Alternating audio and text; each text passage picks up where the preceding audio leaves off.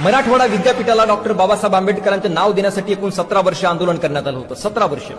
आणि 17 वर्षांच्या अथक परिश्रमानंतर त्या मराठवाडा विद्यापीठाला डॉक्टर बाबासाहेब आंबेडकरांचे नाव देण्यात आलं.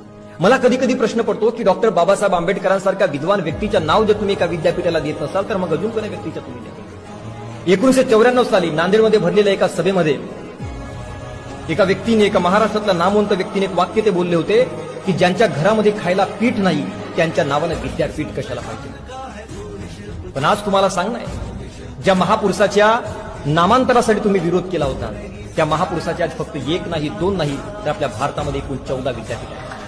आणि तुमच्या 17 पिढ्या बसल्या बसल्या पोहोचू शकतील इतकं त्यांच्या घरामध्ये मुबलक शीट आहे. आणि आज निवड महाराष्ट्रातच नव्हे, निवड भारतातच नव्हे, तर जगाच्या पाठीवर 159 देशामध्ये डॉक्टर बाबासाहेब आंबेडकरांची जयंती साजरी केली जाते.